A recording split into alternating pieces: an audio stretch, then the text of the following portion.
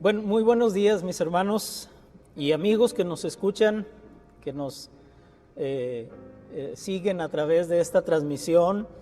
Estamos muy contentos de estar nuevamente en contacto con ustedes, por lo menos a través de este medio. Esperamos muy pronto tener ya nuevamente la bendición de poder reunirnos y de poder por lo menos todavía a la distancia, ¿verdad? Por lo menos vernos. Nos hemos dado cuenta en este tiempo la importancia de congregarnos, como dice Dios, como nos aconseja Dios en su palabra. Y yo espero que anhelemos esto y que podamos apreciar la bendición que Dios nos da de tener una familia cristiana, una familia como hijos de Dios, hijos de un mismo Padre. El día de hoy es el primer domingo del mes de junio y al finalizar esta reflexión de la palabra participaremos de la cena del Señor, de la comunión, para que de esta manera también de una manera simbólica, pero no por ser simbólica es menos real, podamos participar del mismo pan y de la misma copa, y de esta manera podamos afirmar en nuestros corazones que somos un mismo cuerpo, una sola iglesia de nuestro Señor Jesucristo, y sabemos que Él se agrada en la unidad de su pueblo, como todo padre de familia, ¿verdad? Que quiere que su familia esté unida. Y precisamente el día de hoy quisiera compartir con ustedes un pasaje que tiene mucho que ver con la familia. Y este pasaje del cual quiero compartirles se encuentra en el Evangelio de Juan, en el capítulo número 2. Voy a invitarlo para que ahí en su hogar o donde usted esté pueda buscar ahí en su Biblia el Evangelio de Juan, capítulo número 2, un pasaje que quizá hemos leído en otras ocasiones, en varias ocasiones, que quizá hemos escuchado también predicar acerca de él, pero Dios siempre tiene una palabra fresca para cada uno de nosotros. Y yo creo que esta palabra es una palabra fresca, es una palabra para estos tiempos. Yo sé que muchos de nosotros ya quizá estamos en este tiempo de confinamiento, de cuarentena, pues ya hemos llegado a un nivel de tensión, de ansiedad, ¿verdad? Porque no estamos acostumbrados a estar tanto tiempo juntos, ni siquiera como familia. Y yo espero que esta palabra nos dé paz, nos dé paciencia, nos dé dirección en cuanto a la voluntad de Dios para la familia y sobre todo para estos tiempos. Evangelio de Juan, capítulo 2, versículos del 1 al 11. Voy a darle lectura, usted sígame con su vista, pero al mismo tiempo que yo voy leyendo, usted vaya meditando, vaya en su mente, vaya imaginando esta escena que vamos a ver el día de hoy. Dice la palabra: al tercer día se hicieron unas bodas en Caná de Galilea, y estaba allí la madre de Jesús. Y fueron también invitados a las bodas Jesús y sus discípulos. Y faltando el vino, la madre de Jesús le dijo: no tienen vino. Jesús le dijo: ¿qué tienes conmigo, mujer? Aún no ha venido mi hora. La madre dijo a los que servían: haced todo lo que os dijere. Y estaban allí 6 tinajas de piedra para agua, conforme al rito de la purificación de los judíos, en cada una de las cuales cabían 2 o 3 cántaros. Jesús les dijo: llenad estas tinajas de agua, y las llenaron hasta arriba. Entonces les dijo: sacad ahora y llevadlo al maestresala. Y se lo llevaron.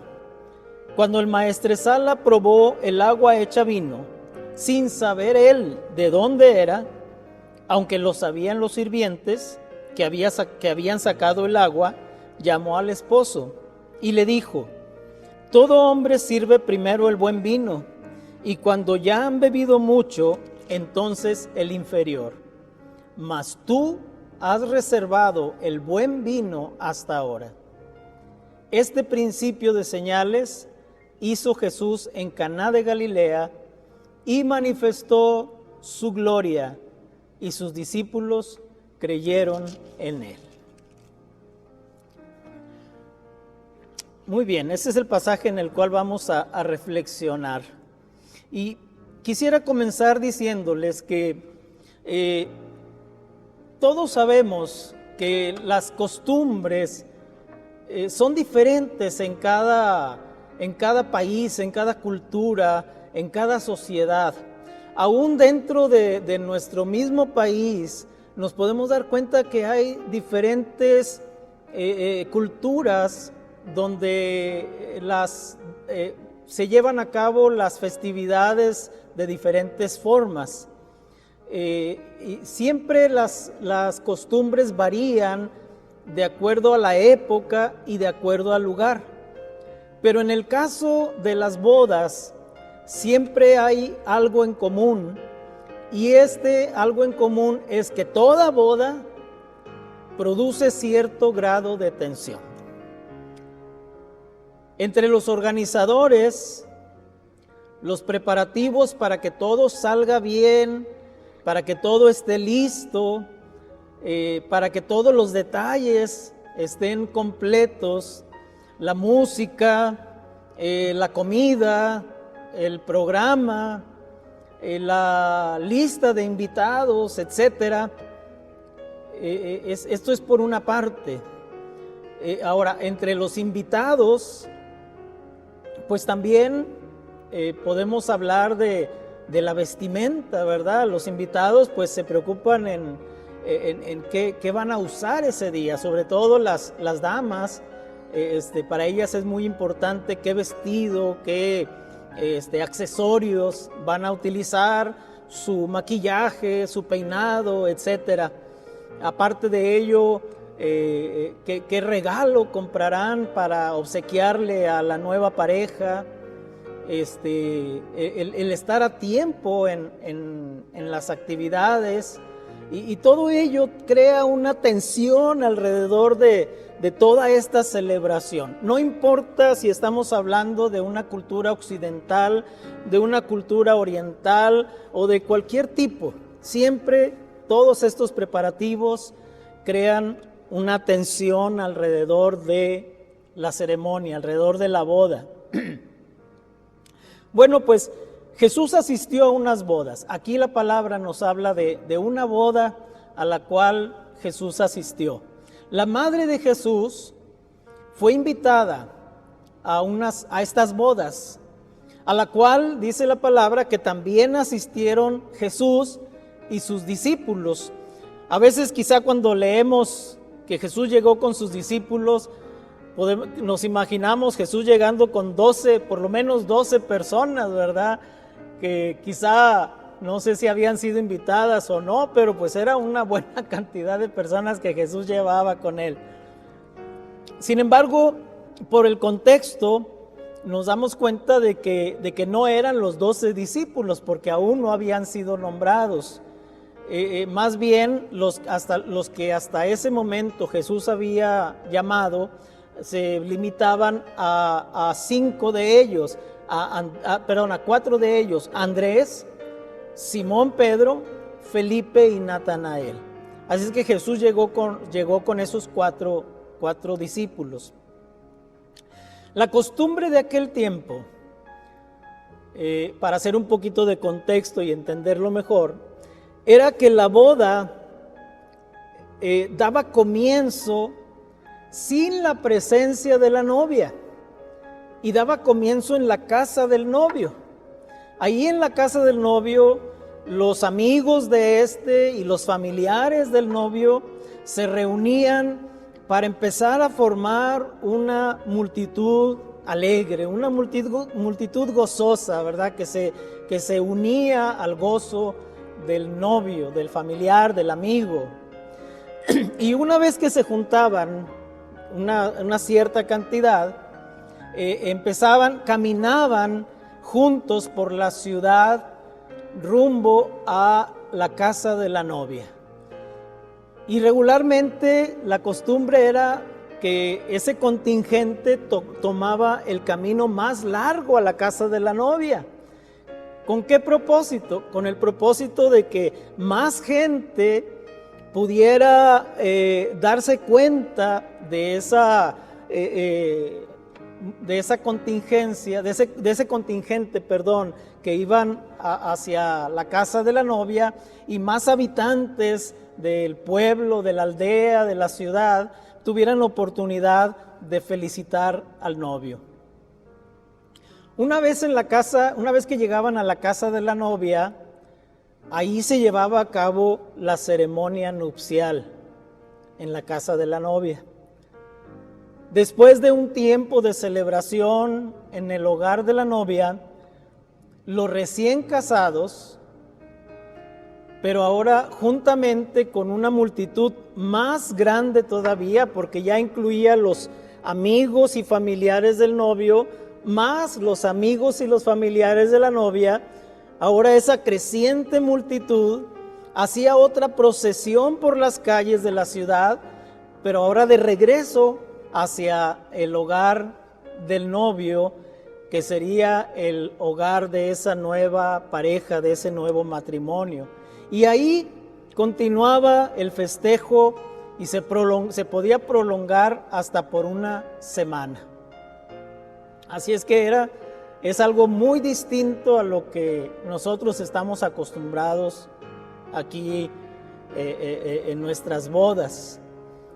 Era un tiempo de una boda en el contexto, en la cultura judía y en los tiempos de Jesús, pues era un tiempo de celebración, como toda boda. Era un tiempo de alegría, era un tiempo de gozo, era un tiempo y una oportunidad pues de relacionarnos unos con otros, de hacer nuevos amigos, de conocer nuevas personas. Y Jesús, lo más importante aquí es que Jesús estaba ahí. Jesús estaba participando de todo aquello, obviamente pasando un buen rato, al igual que todos los demás. Igual que usted y yo cuando vamos a una boda, vamos a pasar un buen rato. Estaba Jesús ahí haciendo lo mismo que nosotros hacemos, conversando, riendo, comiendo, bromeando, etcétera, etcétera.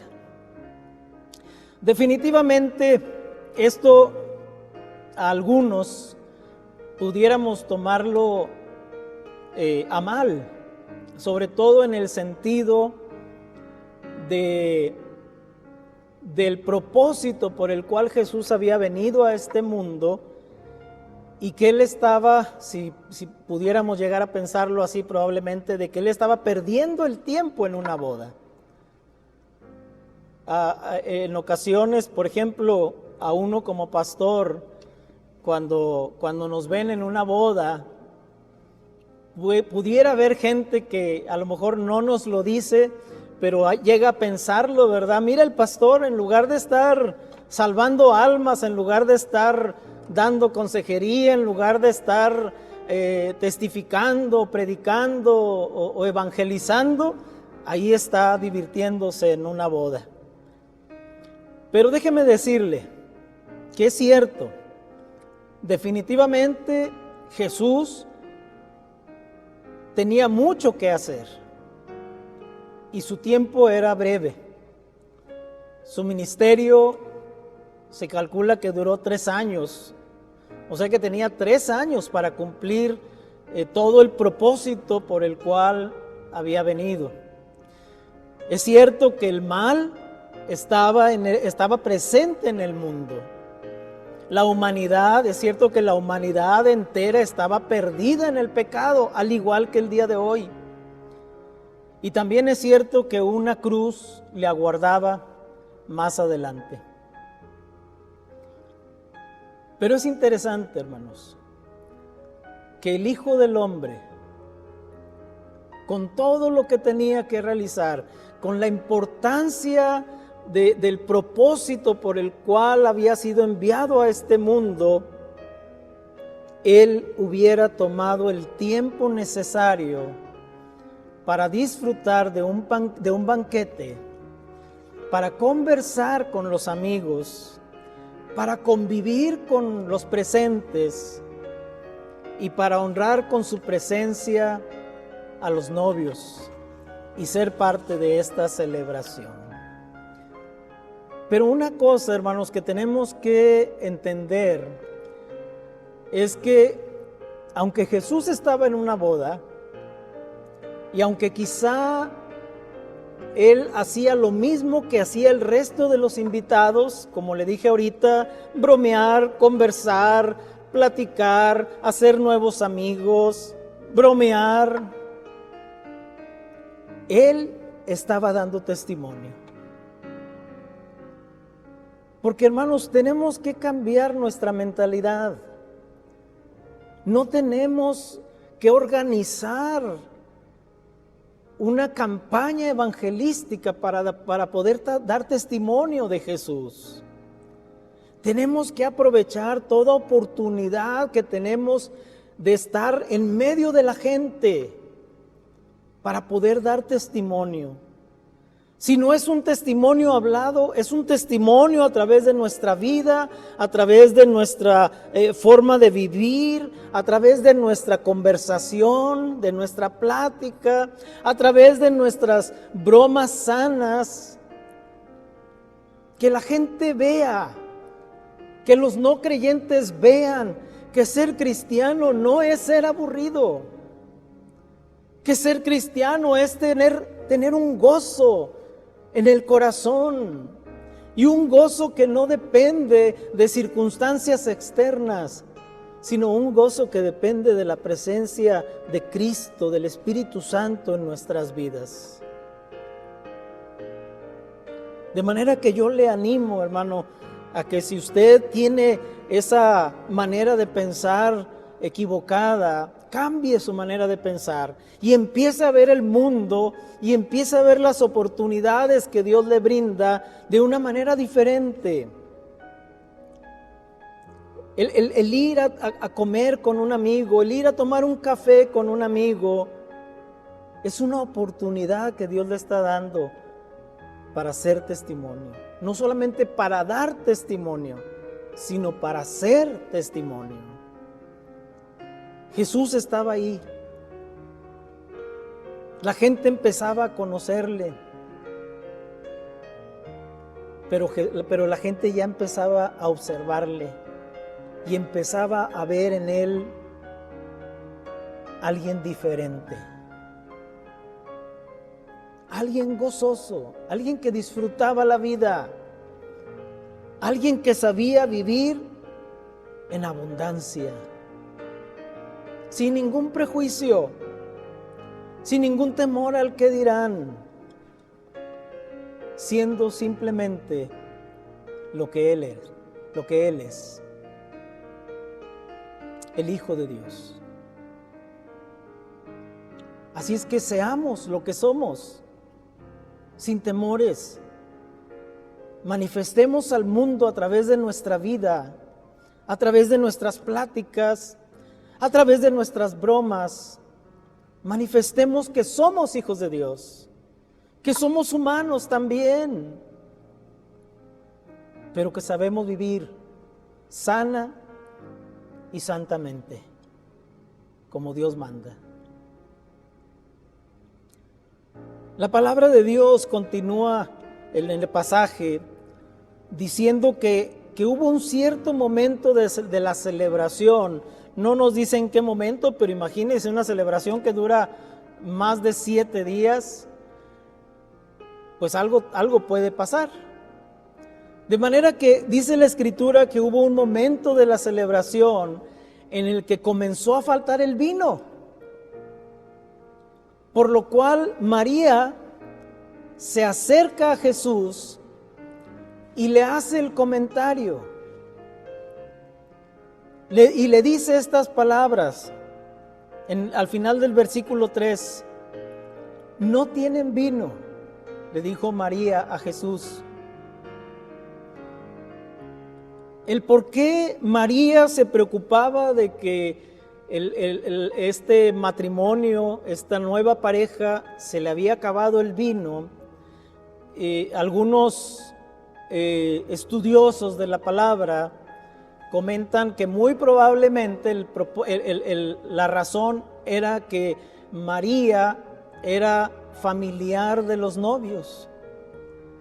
Y obviamente a ella le preocupaba que el vino se terminara, porque igual que en cualquier otra boda, el que nos falte algo para atender a los invitados, pues es una vergüenza para los novios, una humillación en este caso para la pareja, que el vino faltara en su boda.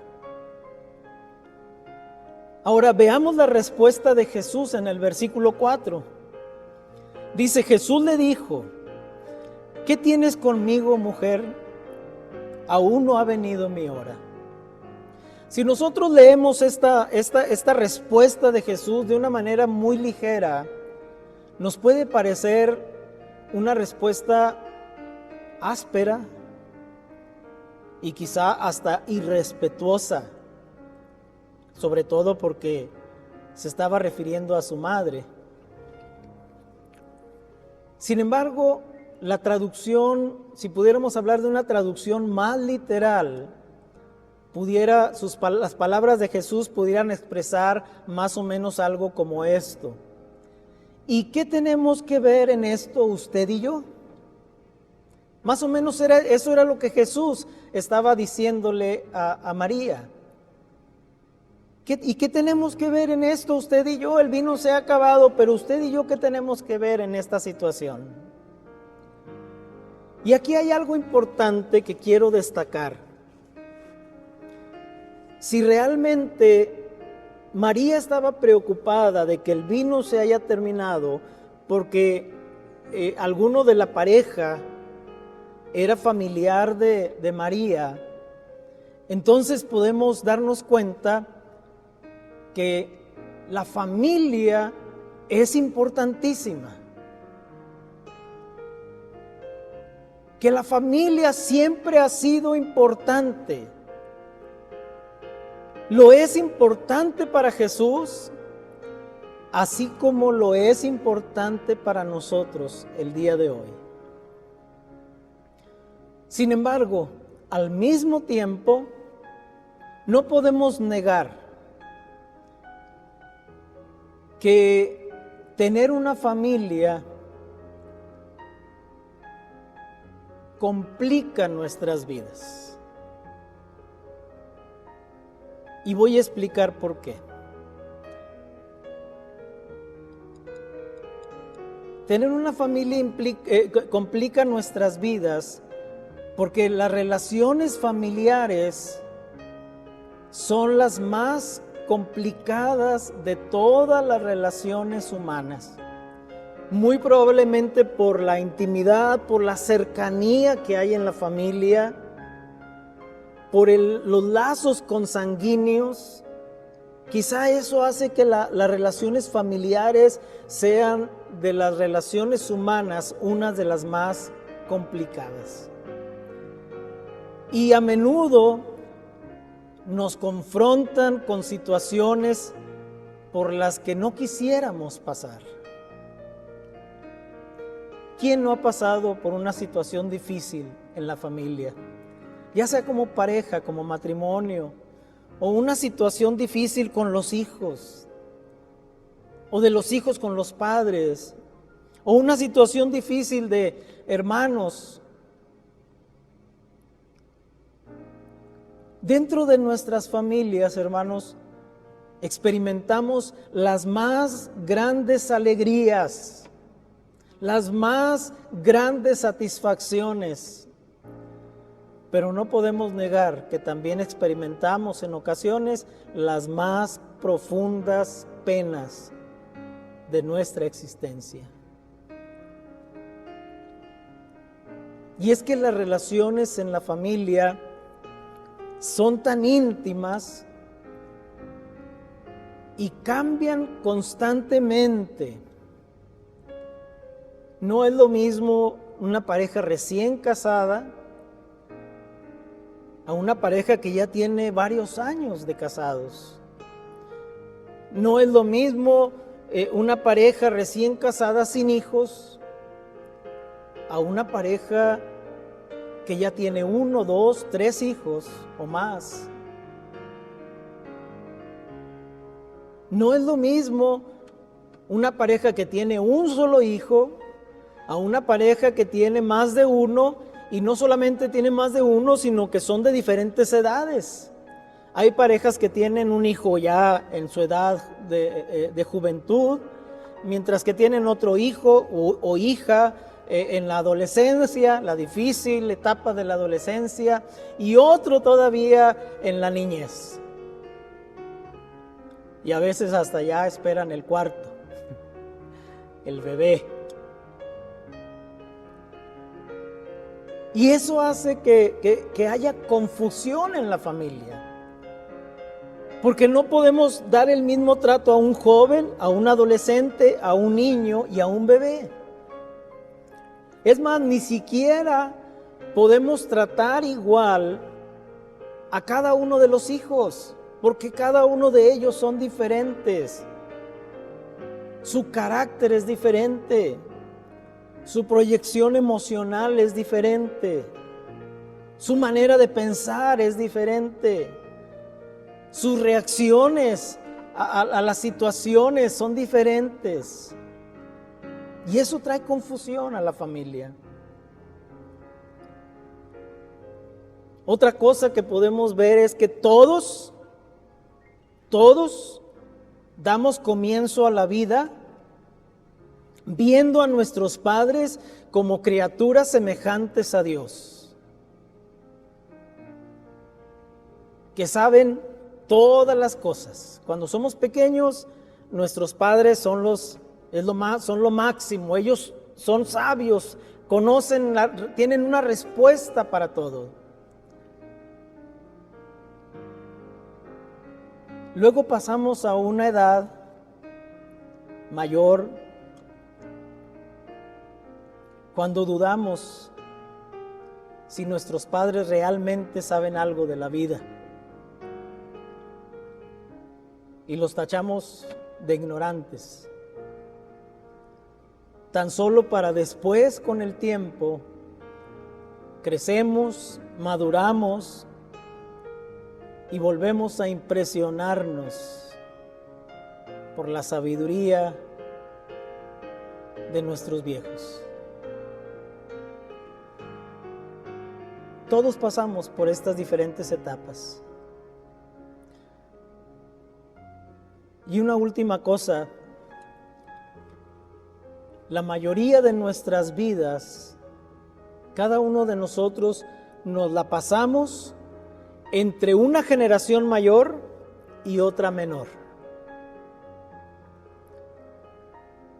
Y nos preguntamos, ¿cuánto dominio deberíamos nosotros ejercer sobre la generación menor? ¿Hasta dónde es nuestro dominio, nuestra responsabilidad, nuestra obligación sobre ellos? Pero también, al mismo tiempo, nos preguntamos cuánto dominio deberíamos permitirle a aquella generación mayor que nosotros ejercer sobre cada una de nuestras vidas.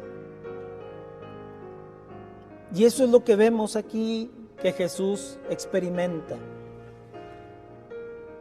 Jesús experimentó las mismas situaciones que usted y yo experimentamos.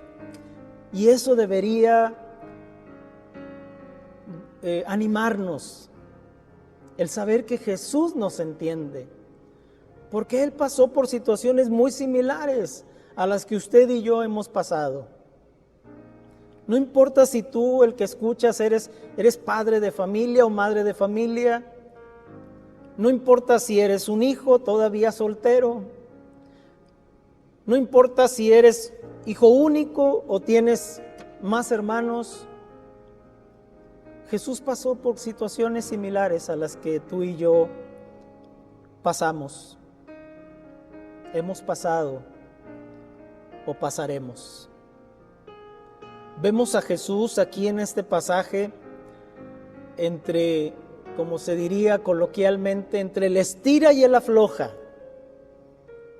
Por un lado está el amor y la honra debida a su madre, sobre todo en la cultura oriental, que es la madre, el padre es algo muy especial, mucho mayor que en nuestra cultura. Y por otro lado, vemos a Jesús en su sentido de deber.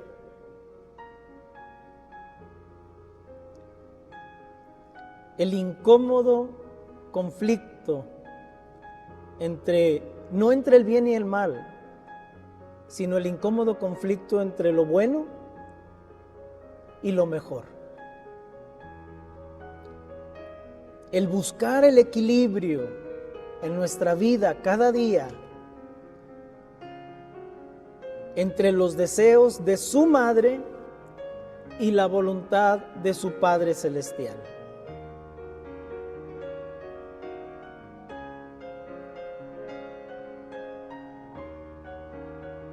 Quizá nosotros podamos experimentar algo así o hayamos experimentado algo así, sobre todo cuando nuestros padres no son creyentes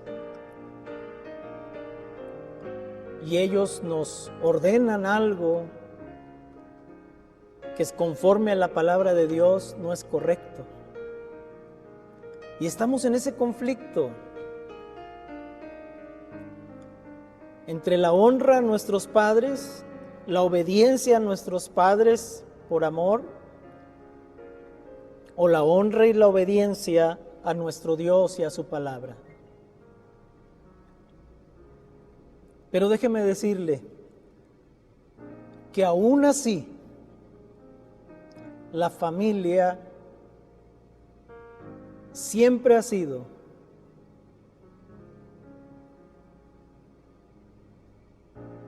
siempre seguirá siendo,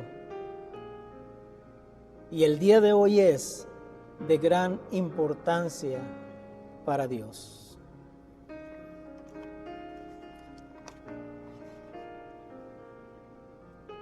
Después de que Jesús le dijo a su madre que todavía no había llegado su hora para darse a conocer públicamente como alguien que hacía milagros, Jesús se vuelve a los siervos y les da instrucciones respecto a lo que Él va a hacer. El versículo 6 y 7, que voy a dar lectura, dice así: y estaban allí 6 tinajas de piedra para agua, conforme al rito de la purificación de los judíos, en cada una de las cuales cabían 2 o 3 cántaros. Jesús les dijo: llenad estas tinajas de agua. Y las llenaron hasta arriba. Esas fueron las instrucciones, o las primeras instrucciones que Jesús le dio a los sirvientes que estaban ahí. Regularmente, quizá lo que nos llama la atención de este pasaje, de todo este pasaje, es que Jesús, siendo el Hijo de Dios, haya convertido el agua en vino. ¿Cómo es posible que Jesús haya hecho esto? Y más aún como un milagro. Bueno, déjeme aclararle que en una fiesta judía el vino era esencial. El vino era un símbolo de alegría, era un símbolo de gozo. En Proverbios capítulo 3, versículo 9 y 10, que es un pasaje que a veces recitamos cuando vamos a recoger nuestras ofrendas, dice la palabra: honra a Jehová con tus bienes y con las primicias de todos tus frutos, y serán llenos tus graneros con abundancia. Y finaliza diciendo, y a veces omitimos nosotros esta frase por prejuicio: y tus lagares rebosarán de mosto. El mosto era una sustancia similar al vino, era el vino que se tomaba en aquel tiempo. Pero note usted cómo el proverbista relaciona nuestros deberes financieros para con Dios. Honra a Jehová con tus bienes y con las primicias de todos tus frutos, y como consecuencia de ello serán llenos tus graneros con abundancia y tus lagares rebosarán de mosto. En otras palabras, Dios te prosperará y traerá alegría a tu corazón. Porque cuando es Dios quien prospera, dice la palabra que Él no añade tristeza con esa prosperidad. Cuando Dios prospera, hay alegría en esa prosperidad, porque ha venido de Dios, porque ha sido lograda de manera íntegra, de manera en obediencia a la palabra de Dios, de manera honesta, y eso trae satisfacción y trae alegría al corazón del hombre.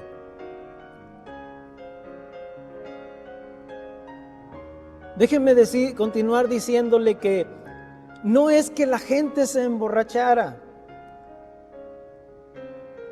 Usted puede decir, podemos pensar, imagínense 7 días tomando. Pero no es que la gente se emborrachara. En aquel tiempo, como en todos los tiempos y en todos los lugares, la borrachera era mal vista. Y no era algo frecuente, ya que se mezclaban, la costumbre era mezclar 2 partes de vino con 3 de agua. De tal forma que no era exactamente un vino concentrado el que se bebía con el propósito de embriagarse. Pero también de este pasaje que acabo de leer, versículos 6 y 7, hay algunos detalles respecto a este milagro que son dignos de mencionar. En primer lugar, el apóstol Juan añade el detalle de que los sirvientes llenaron las tinajas de agua, dice Juan, aquí está el detalle, el primer detalle, hasta arriba. Llenaron las tinajas de agua hasta arriba. ¿Para qué? Para que quedara constancia de que ahí lo único que se vertió fue agua. No hubo nada más, ahí lo único que se vertió fue agua. No había espacio para poner alguna otra sustancia. Un segundo detalle que me llama la atención es que dice Juan también que estaban allí 6 tinajas de agua. 6 tinajas de piedra. Versículo 6, la primera parte. 6 tinajas de piedra. Para usted, para mí nos puede parecer un detalle sin importancia, pero para los judíos, el número 7 es el número que simboliza lo completo, lo perfecto. Y el número 6, por el contrario, simboliza lo incompleto y lo imperfecto. Y esas 6 tinajas de piedra, según los estudiosos, representaban o era una representación de la ley judía. No digo esto por decirlo, Claramente ahí la Escritura nos dice, y estaban allí 6 tinajas para agua, de piedra para agua, conforme al rito de la purificación, lo cual nos habla de un ritual de los judíos, de algo relacionado con las leyes de los judíos.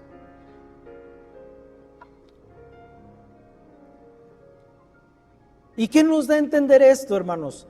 Nos da a entender que Jesús vino a poner fin al antiguo pacto de la ley con sus imperfecciones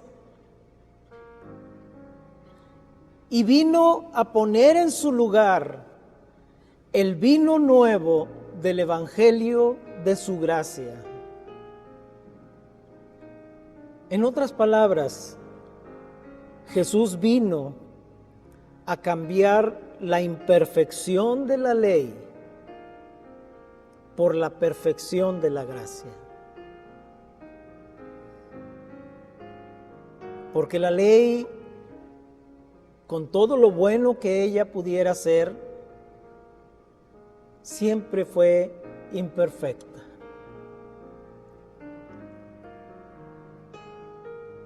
Lo único que lograba la ley era mostrarnos a nosotros nuestras imperfecciones, nuestros defectos, nuestros pecados. Otra cosa con relación a esto, dice la palabra que había 6 tinajas para agua y en cada una cabían, este es otro detalle, cabían 2 o 3 cántaros,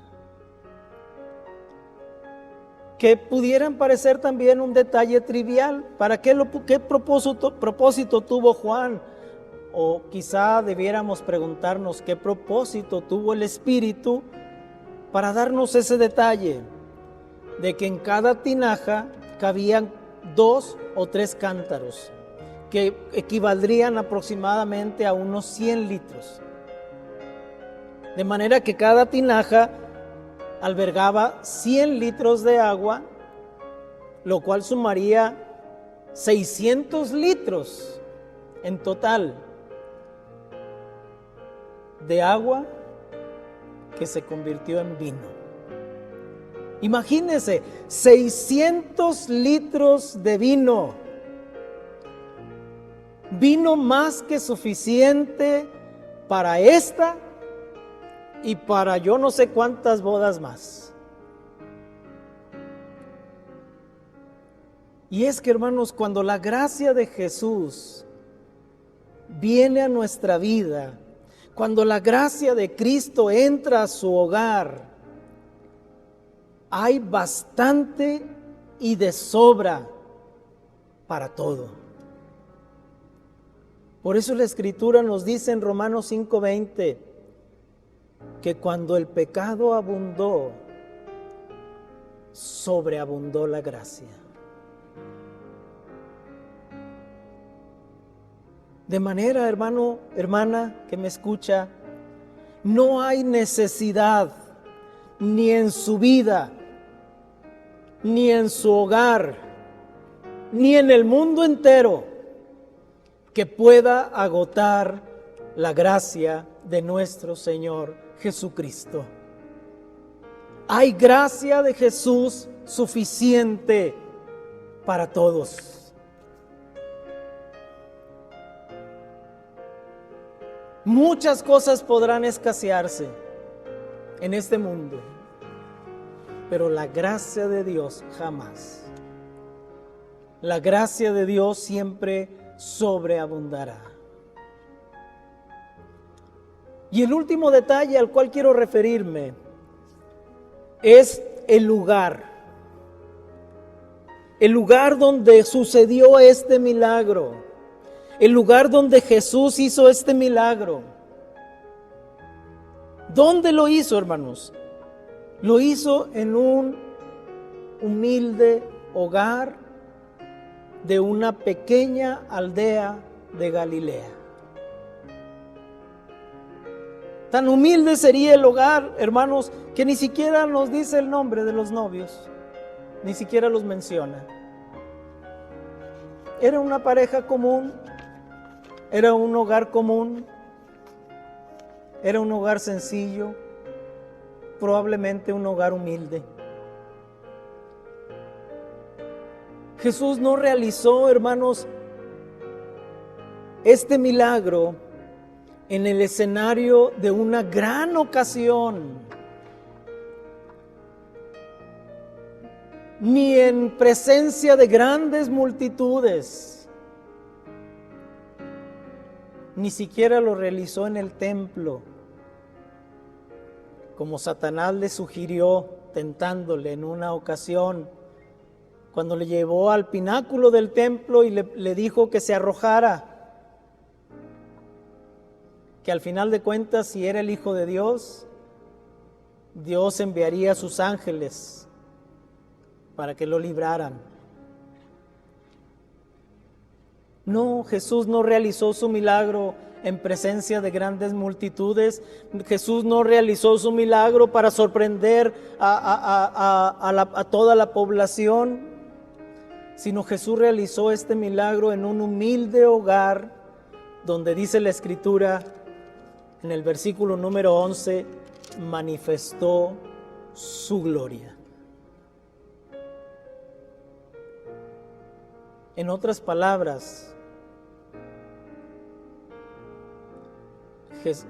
cuando dice manifestó su gloria, quiere decir que Jesús se presentó ante los demás tal y como era.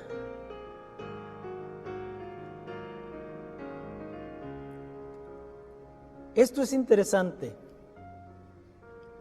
porque aunque la mayoría de nosotros está de acuerdo con el eslogan que en ocasiones quizá alguno de nosotros tengamos ahí en nuestras casas, alguna placa, algún cuadro donde dice hogar, dulce hogar, tenemos que reconocer,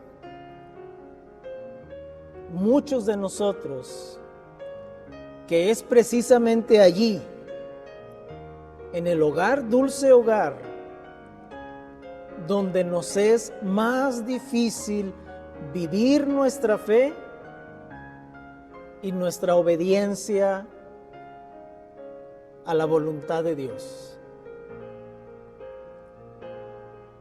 Es ahí en nuestro hogar donde peor nos portamos, donde vivimos con menos cortesía hacia los demás, con más mal genio y con más egoísmo, debiendo ser todo lo contrario.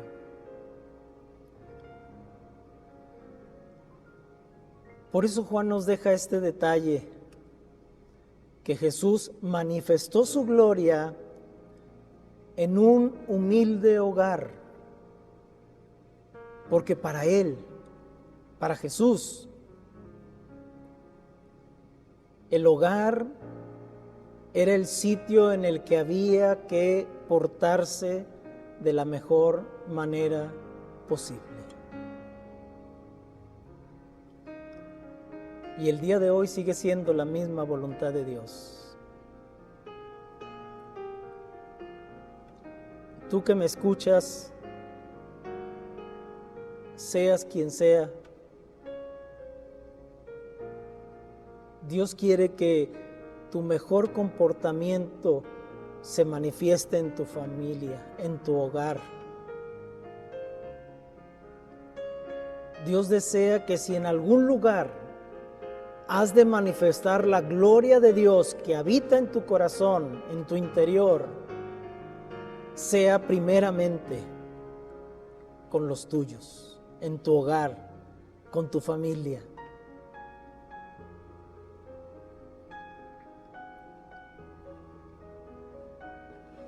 El versículo 11, voy a leerlo, dice: este principio de señales hizo Jesús en Caná de Galilea y manifestó su gloria, y sus discípulos creyeron en él.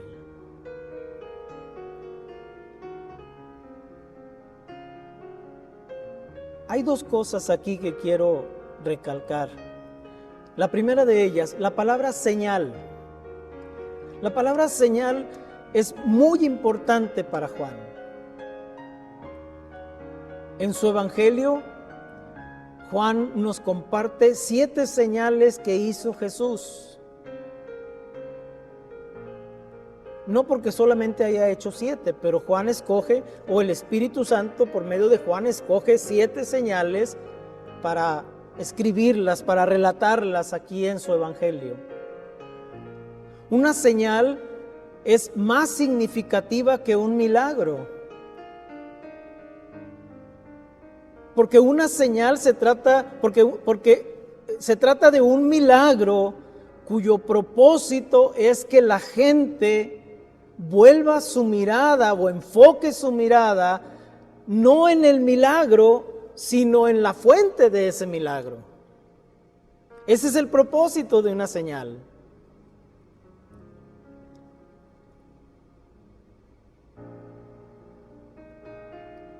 Si usted va en carretera o en alguna calle de nuestra ciudad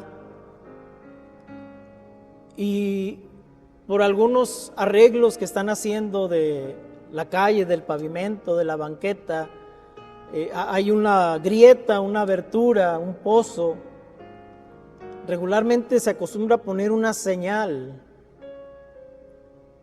con el propósito de que la gente no sufra algún accidente. Pero el propósito no es que usted ponga su mirada en la señal, sino el propósito es que usted se dé cuenta de que esa señal nos anuncia que ahí hay algo, que ahí hay un peligro. El enfoque no es la señal, el enfoque es el peligro. Jesús nos habla, o Juan nos habla de que Jesús hizo esta señal con el mismo propósito. De que la gente no se enfocara en la señal, sino en la fuente de la señal. De modo que la respuesta correcta al presenciar esa señal es exactamente la de los discípulos, que dice el versículo, y sus discípulos creyeron en él.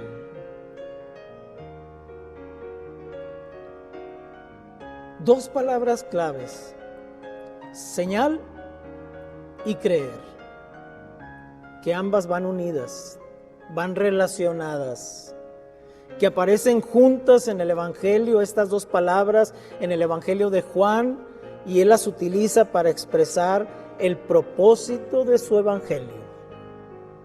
En el Evangelio de Juan, capítulo 20, si usted va conmigo, versículos 30 y 31, dice Juan, dice, hizo además Jesús muchas otras señales en presencia de sus discípulos, las cuales no están escritas en este libro, pero estas se han escrito para que creáis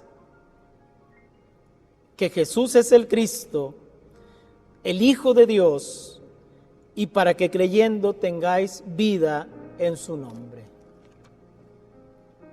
Nuevamente, la relación entre las señales y el propósito de cada una de ellas, que es creer que Jesucristo es el Hijo de Dios, el Salvador del mundo.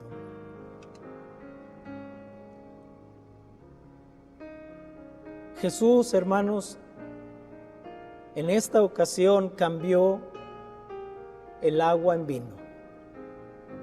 Fue su primera señal, dice la palabra. Principio de señales. Pero déjeme decirle, cuando dice principio de señales, quiere decir que no fue la única vez que hizo una señal.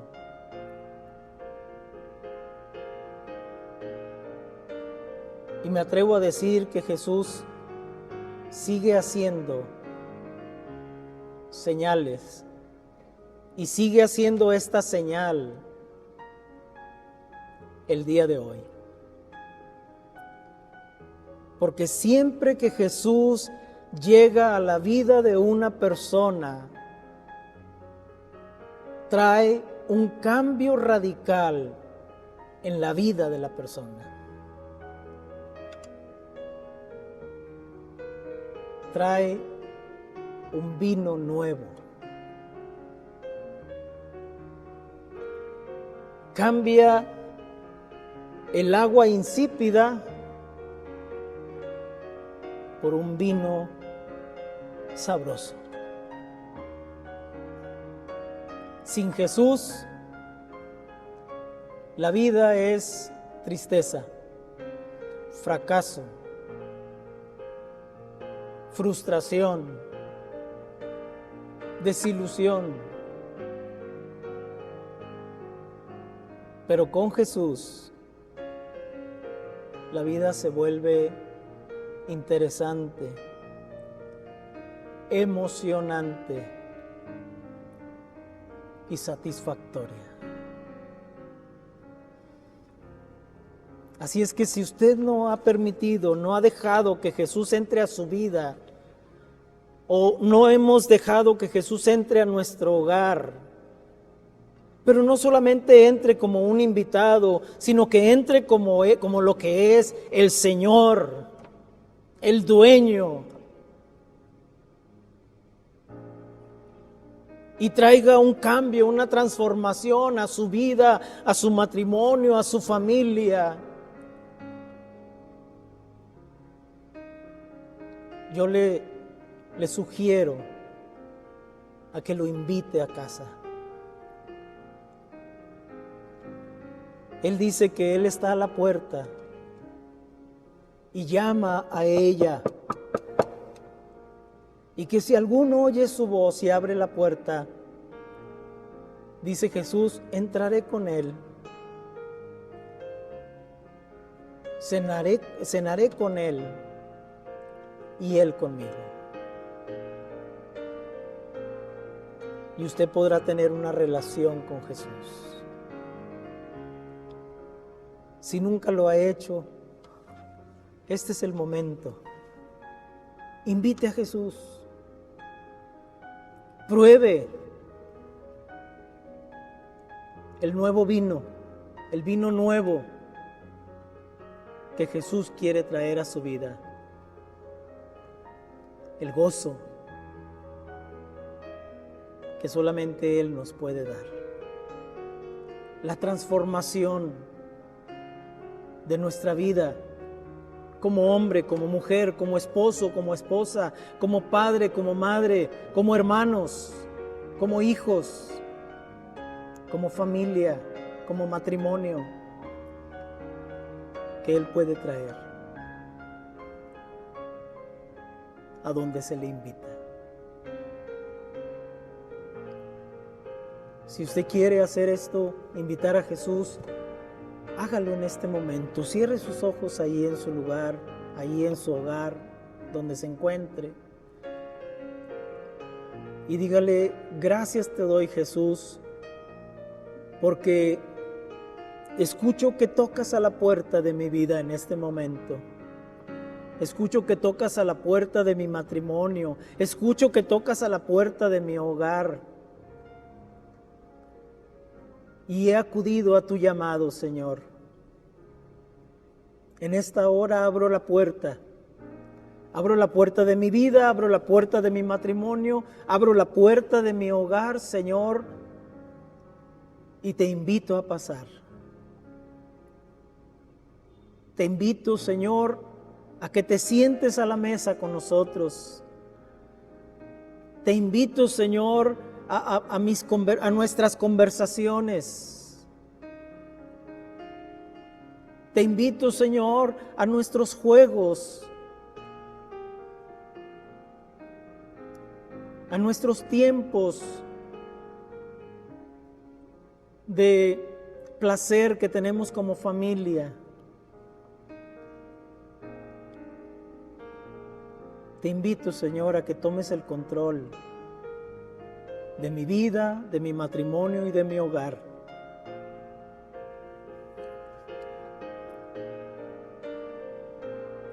Y que cambies toda tristeza en gozo. Que cambies toda vida de de desilusión, de frustración, Señor, de tristeza, la cambies en una vida de alegría, de satisfacción y de propósito. Hazlo, Espíritu Santo. Te lo ruego, lo necesito. Dígale al Señor, lo necesito, Señor, necesito de ti para ser el hombre, la mujer, el varón, el esposo, la esposa, el padre, la madre, el hijo que tú quieres que yo sea. Te lo pido en el nombre de Cristo Jesús, Salvador y Señor de mi vida y de mi hogar. En su nombre. Amén. Hermanos, pues, qué mejor manera que terminar esta plática, esta reflexión que nos habla de la necesidad como familia, no solamente como iglesia, sino principalmente como familia, porque toda iglesia será la suma de lo que son cada una de las familias que la componen.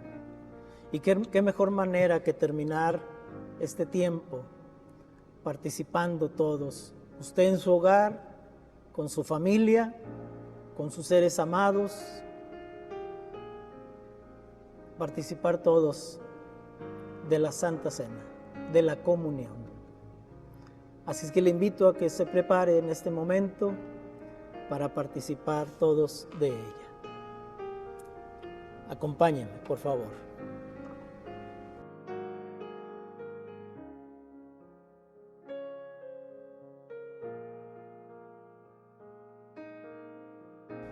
Hermanos, dispongamos nuestros corazones para participar de la mesa del Señor,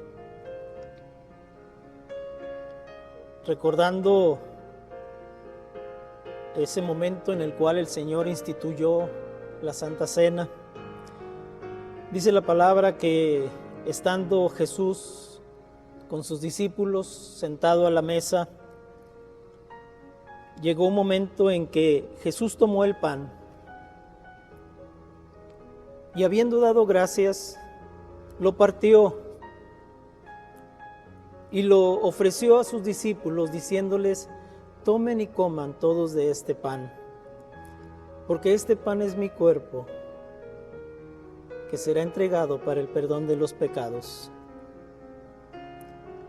Del mismo modo, el Señor tomó también la copa, y habiendo dado gracias por ella, la bendijo, y la dio a sus discípulos, diciendo: tomen y beban todos de esta copa, porque esta copa es mi sangre, es la sangre del nuevo pacto,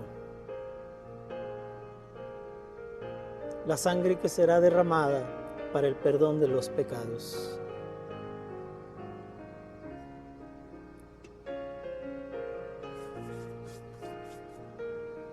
Haced esto en memoria de mí.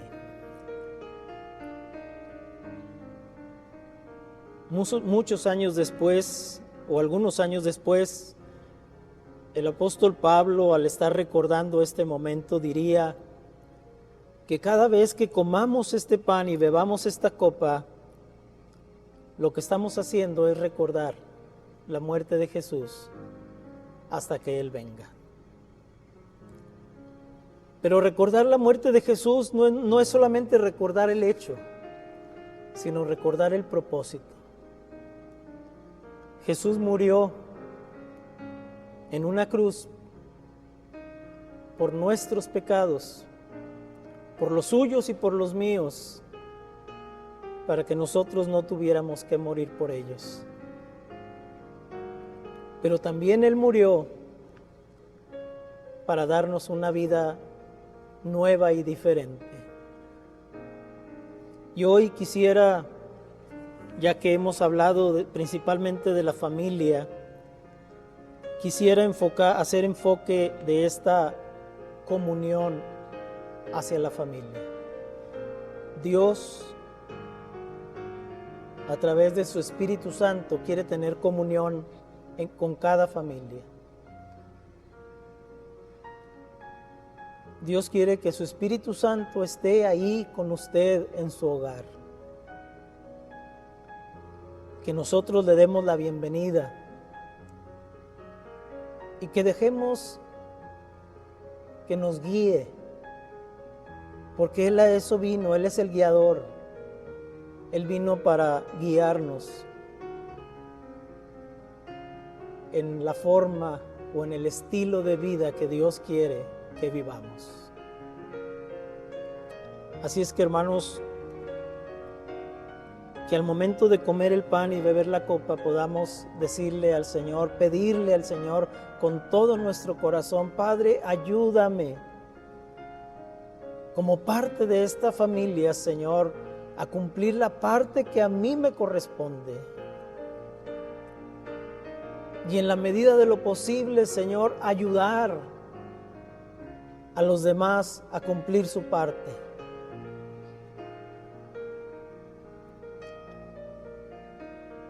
Por eso, Señor, yo te pido en esta hora que esta cena, Señor, que este tiempo, este momento sea especial.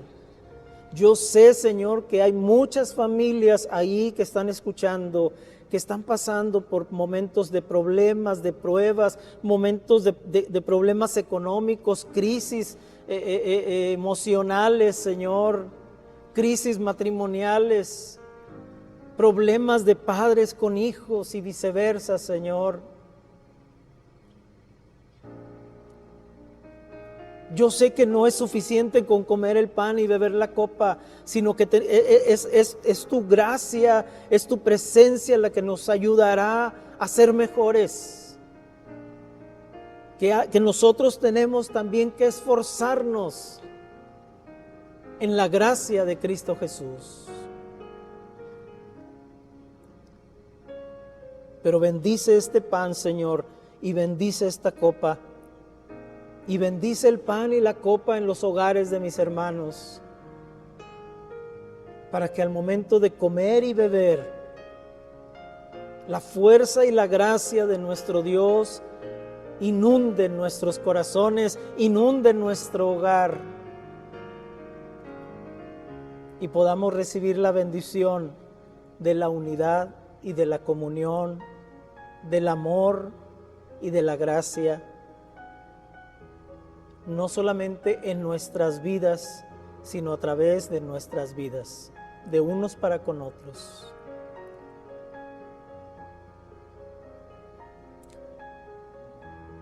Comamos, hermanos.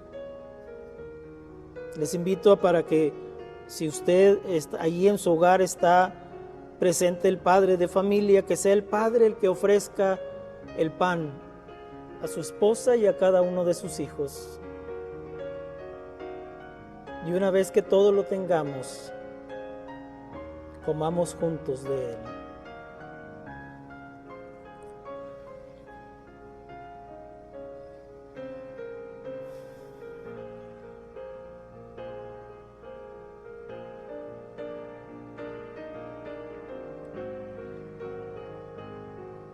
Y de la misma manera, papá, si usted está ahí presente, usted es el encargado de compartir el vino con su familia, recordando a través de él la sangre del Cordero que fue derramada por los pecados y por los defectos, por las imperfecciones de cada uno de los miembros del hogar. Que a través de esta copa, a través de su sangre, Él siga perfeccionando nuestras vidas, nuestros hogares y su iglesia. Bebamos todos de la copa, hermanos.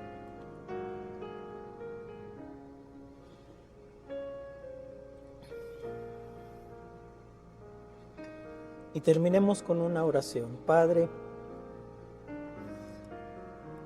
gracias te damos por este momento tan especial, tan solemne, Señor. Señor, que verdaderamente nos demos cuenta que esto no es solamente un ritual vacío, hueco, tradicional, sino que verdaderamente la presencia de Jesucristo a través del Espíritu Santo está ahí con nosotros en este momento. Y que Él está bendiciendo al padre de familia, Él está bendiciendo a la madre de familia, Él está bendiciendo ese matrimonio, Él está bendiciendo ese hogar, Él está bendiciendo a cada uno de los hijos, los nietos si estuvieran ahí presentes, las nueras, los yernos. Él bendice, recuérdelo usted, hasta 1000 generaciones, dice la palabra, de aquellos que le obedecen. Señor, bendice el hogar, Padre, y ayúdanos a esforzarnos, a hacer la parte que nos corresponde, mi Dios. Ayúdanos a perdonarnos unos a otros si nos hemos ofendido. Ayúdanos a comprendernos, a tolerarnos, Señor, en estos tiempos que tanto lo necesitamos.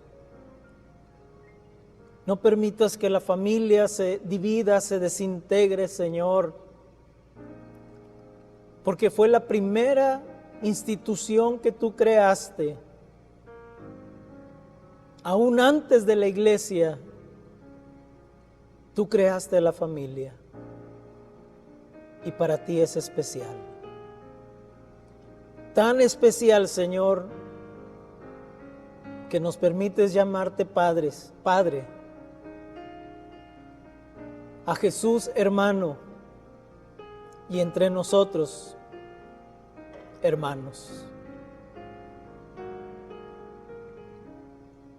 Tan especial, Señor, que en tu palabra tú comparas a tu iglesia con tu novia y Jesús el novio, que unirán finalmente sus vidas en las bodas del Cordero. Sigue bendiciendo a la familia, Señor, y no permitas que las acechanzas del enemigo, Padre, traigan división y quebranto a esta sagrada institución. Te lo pedimos con acción de gracias, rogándote, Señor, que tu presencia que está ahí con nosotros continúe todos los días hasta el fin del mundo. Y la paz de Dios, que quizá en algunos hogares ha estado ausente, vuelva a manifestarse con el poder de lo alto en cada corazón y en cada relación familiar y matrimonial. Te lo ruego en el nombre de Cristo Jesús. Amén. Dios les bendiga, mis hermanos. Espero que esta palabra y este momento haya sido de mucha bendición, de reflexión y sobre todo de decisión que voluntariamente tomamos conforme a lo que Dios ha hablado a nuestros corazones. Que Dios le bendiga y comparta esta palabra, comparta este mensaje. Yo sé que usted conoce familias que necesitan oír esta palabra. Que Dios les bendiga, hermanos, y nos seguiremos viendo más adelante. Hasta luego.